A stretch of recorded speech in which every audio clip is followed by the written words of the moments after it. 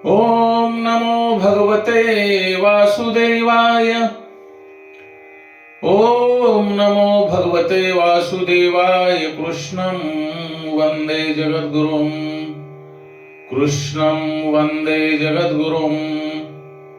कृष्णं वंदे जगद्गुरुं। ज्या ठिकाणी राजा परीक्षित बसलेला आहे, सर्व ऋषीगण जमलेले आहेत, तेथे गंगा तीरावर भगवान शिवशंकर यांचा अवतार असलेले सुखदेव यांचे आगमन होते. त्यांच्या चारी बाजूला प्रकाश पसरलेला असतो. तो प्रकाश पाहून मुनी जाणतात की शंकराचा अवतार असलेले सुखदेव येथे आलेले आहेत. सुखदेवांचे वडील व्यासमुनीही तिथे हजर असतात. त्यांच्या मनामध्ये विचार येतो की भागवताचे रहस्य जेवढे सुखदेव जाणतात तेवढे मीही जाणत नाही. आता माझा मुलगा कथा सांगेल आणि मी ऐकेन. सुखदेवांना सर्वजण सुवर्णाच्या सिंहासनावर बसवितात. राजा परीक्षित पश्चातापाने दग्ध झालेला असतो. प्रायश्चित घेण्यासाठी अधीर झालेला असतो आणि मृत्यूच्या भयाने सैरभैर झालेला असतो. तो डोळे उघडून उभा राहतो आणि सुखदेवांना साष्टांग दंडवत घालतो आणि त्यांच्या चरणी प्रार्थना करतो, करुणा भागतो. हे सुखदेव,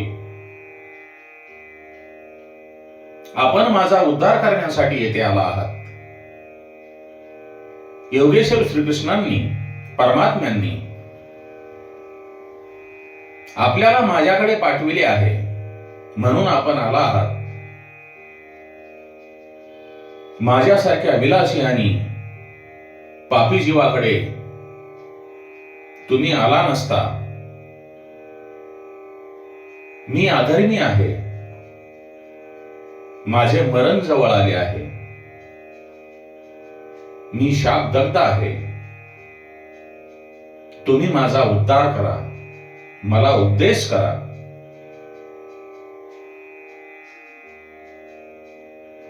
राजा परीक्षित म्हणतो, सुखदेवांना प्रश्न विचारतो, हे देव, मरण जवळ आले असता मनुष्याने काय करावे?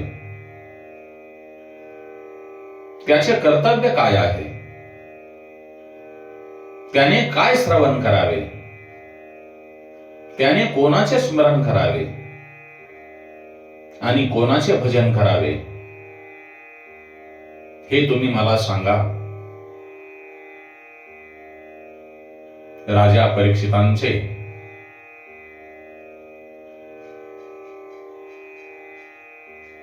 पश्चाताप दग्ध बोलणे ऐकून सुखदेवांचे हृदय द्रवते.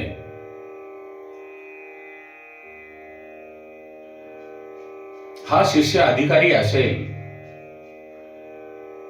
प्रभू दर्शनासाठी आतुरलेला असेल, तर 7 दिवसात काय, 7 क्षणामध्येच मी याला प्रभू दर्शन घडवेल. गुरु लोभी असेल आणि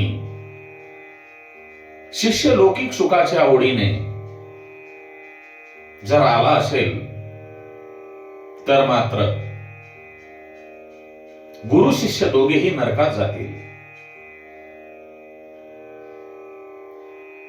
सुखदेव राजांना अस्वस्थ करतात. ते म्हणतात, हे राजा, तू का घाबरतोस? तुझ्याजवळ 7 दिवस आहेत, म्हणजे खूप वेळ आहे. मी तुझ्याकडून काही घ्यायला आलो नाही, मी तुला द्यायला आलो आहे. मला जे मिळाले आहे ते मी तुला देणार आहे. हे राजा, माझे पिता महर्षी व्यास, त्यांना भूक लागली की भोजनाच्या रूपामध्ये बोरे खायचे, पण मला ह्या कृष्ण कथेतून एवढा आनंद मिळायचा की मला तेही खाण्याचे भान राहायचे नाही. माझे पिता वस्त्र नेसतात, पण या प्रभू चिंतनामध्ये मला या वस्त्राचेही, मला वस्त्र नेसण्याचेही भान राहत नाही.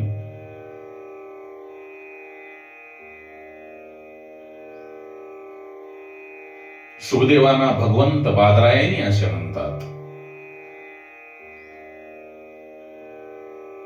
सुखदेवांचे एका शब्दातील वर्णन म्हणजे बादरायणी.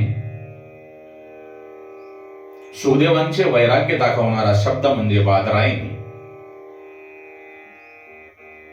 सुखदेव हे बादरायण व्यासांचे पुत्र होते. व्यासांचे तप वैराग्य अजोड होते. सबंध दिवस तप करून भूक लागली की ते फक्त बोरे खात असत, बोरावर दिवस काढीत. यावरून महर्षी व्यासांचे नाव बादरायण हे पडले. बादरायणाचा पुत्र बादरायणी, वैराग्याचे मूर्तिमंत उदाहरण म्हणजे बादरायणी सुखदेव. तर असे हे ज्ञानी वैरागी सुखदेव राजा परीक्षितांचा अंतकाल सुखमय करण्यासाठी तेथे आलेले आहेत. ते त्यांचा अंतकाल आनंदमय करणार असून त्यांना मुक्तीचा मार्ग सांगण्यासाठी तेथे येऊन त्यांनी राजा परीक्षितांना धीर दिला आणि त्यांना सांगितले, हे राजा, हे राजन, आता तू गेलेल्या काळाचा विचार करू नकोस आणि भविष्याचाही विचार करू नकोस. तू आता फक्त वर्तमानाचा विचार कर. तुझ्याजवळ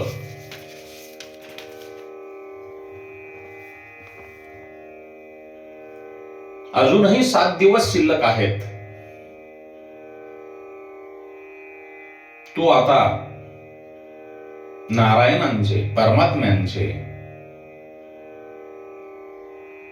भगवंताचे स्मरण कर. तुझे जीवन नक्कीच सार्थ होईल, यात तीळ मात्र शंका नाही.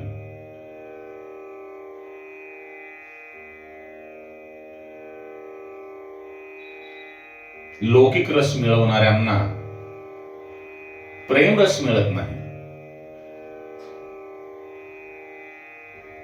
लौकिक रस म्हणजे लोकांमध्ये मिसळून लोकांच्या समोर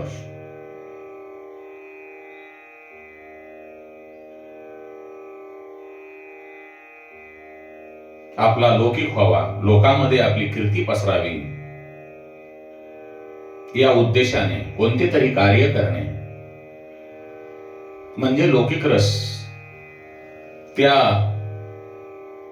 लौकिक रस मिळवणाऱ्यांना भगवंताच्या भक्तीतील प्रेम रस मिळत नाही, भक्तिरस मिळत नाही. आणि ज्या भक्ताने किंवा ज्या मनुष्याने काम सोडला तोच खरा रसिक आहे. कामामुळे सर्व गोष्टी पुढे घडत राहतात, परंतु काम सुटला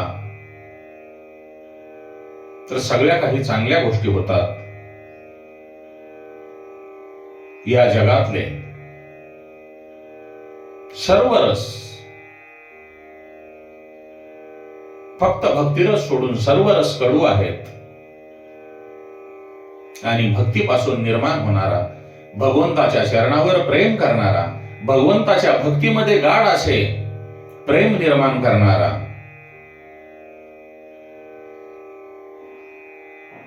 फक्त प्रेम रस तेवढाच या जगामध्ये मधुर आहे.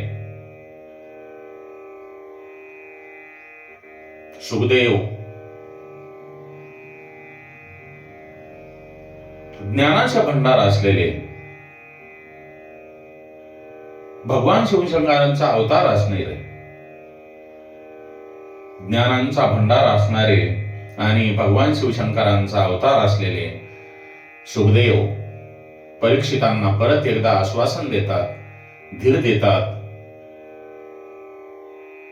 हे परीक्षित, हे राजन, मी 7 क्षणामध्ये तुझे मरण, तुझा अंतकाळ कल्याणमय करतो. तुझ्याकडे तर अजून, तुझ्याजवळ अजून 7 दिवस शिल्लक आहेत. तुझी चिंता करतोस, तुझी काळजी करतोस, ती आता सोडून दे. तुझ्यावर प्रभूची कृपा आहे. तू आईच्या उदरामध्ये असताना योगेश्वर भगवान श्रीकृष्णांनी अश्वत्थामाच्या ब्रह्मास्त्रापासून तुझे रक्षण केलेले आहे.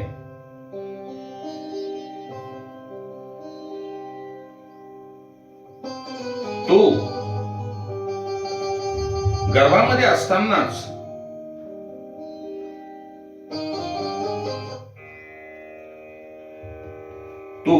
असतानाच प्रभूचे दर्शन घेतले आहेस.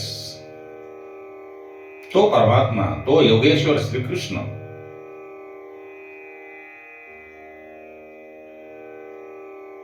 तुझे नक्कीच कल्याण करेल. जे जीव भक्तिमय आहेत, जे जीव भक्तिमय असतील,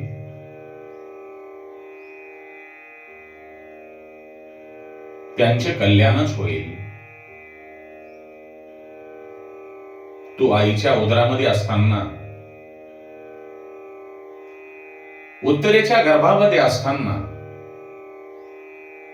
भगवान श्रीकृष्णांनी तुझे रक्षण केले. पण तू तारुण्यामध्ये आल्यानंतर ज्या भगवंतांनी आपले रक्षण केले, त्या भगवान श्रीकृष्णांना तू विसरलास. त्यामुळे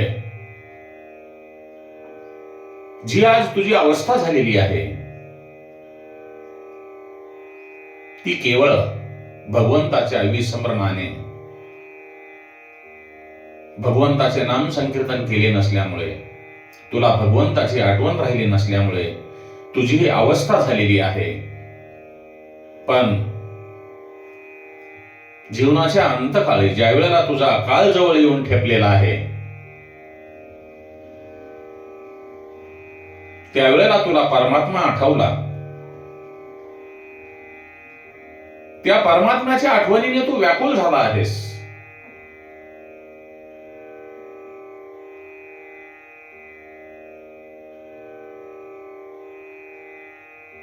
म्हणून तो परमात्मा, तो योगेश्वर श्रीकृष्ण, ज्यांनी तुझे गर्भामध्ये रक्षण केलेले आहे, तो परमात्मा, तो परमपिता परमेश्वर तुला नक्कीच तारून नेईल.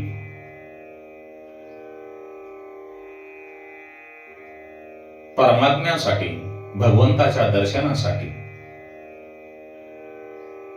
प्रभू चरणांची भेट व्हावी म्हणून व्याकुळ होणे, त्यांची भक्ती करणे, हेही शांतीदायक आहे. राजा, तू धन्य आहेस.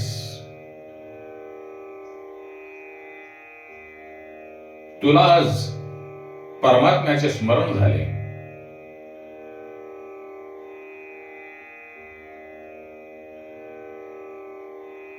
म्हणून मी तुला आज धन्यवाद देतो. कारण भरकटलेला जीव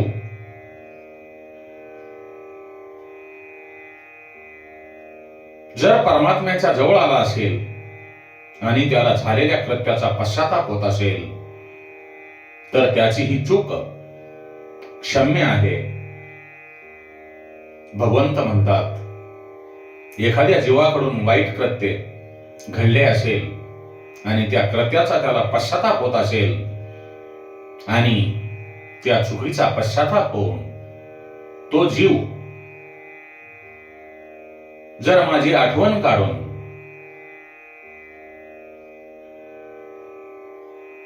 माझ्याजवळ येत असेल तर नक्कीच मी त्याचा उद्धार करण्यासाठी तयार आहे.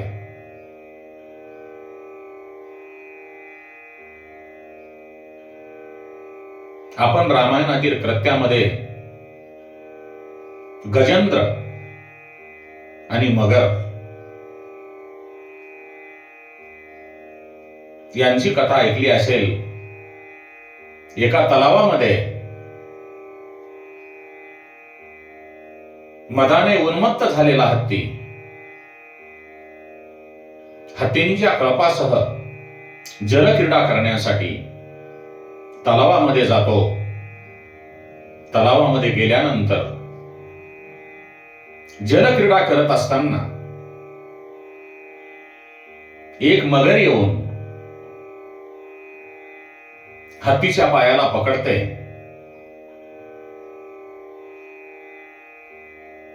हत्तीच्या कळपातील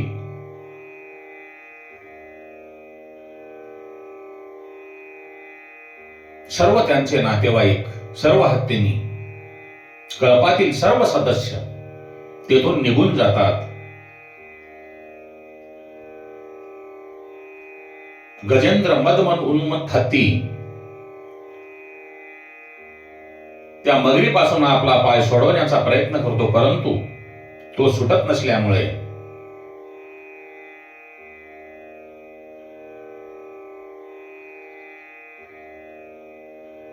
आपले कोणीही कुटुंबातील सदस्य वाचवण्यासाठी पुढे येत नाहीत. हे पाहून शेवटी तो भगवंताचा धावा करतो आणि शेवटी भगवंत गजेंद्राच्या त्या हत्तीच्या उद्धारासाठी मनाच्या वेगाने येऊन त्या मगरीपासून हत्तीला सोडवतात. सांगण्याचे तात्पर्य, आपण सुद्धा या प्रपंचामध्ये पडून, या संसारामध्ये पडून असेच मोहाच्या जाळ्यामध्ये अडकलेलो आहोत. परंतु आपला अंतकाळ सुखकर व्हावा,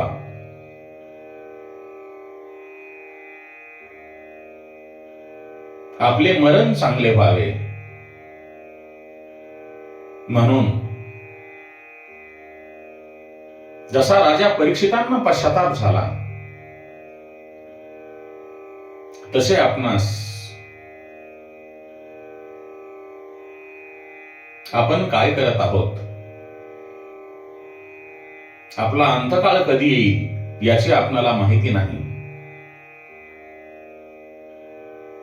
म्हणून प्रभू चिंतनामध्ये, प्रभूंच्या प्रेमामध्ये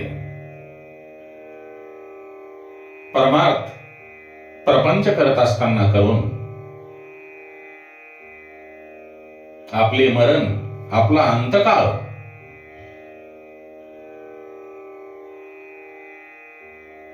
सुखकर होईल याचा विचार करून भगवंताच्या चरणाकडे आपले मन वळविण्याचा प्रयत्न करा. जीवनाचे अंतिम सत्य तेच आहे. कारण येथे कोणीही राहण्यासाठी आलेला नाही. म्हणून प्रपंच करत असताना परमार्थ करा, प्रभूचे नाम संकीर्तन करा आणि आपला अंतकाळ, आपले मरण सुखकर होईल यांचा विचार करा आणि क्षणाक्षणाला प्रभूचे चिंतन करा. श्री हरी शरणम मम, श्री हरी शरणम मम, श्री हरी शरणम मम, श्री कृष्णं शरणं मम, श्री कृष्णं शरणं मम, श्री कृष्णं शरणं मम. हरये नमः, हरये नमः, हरये नमः. गोपाल कृष्ण भगवान की जय.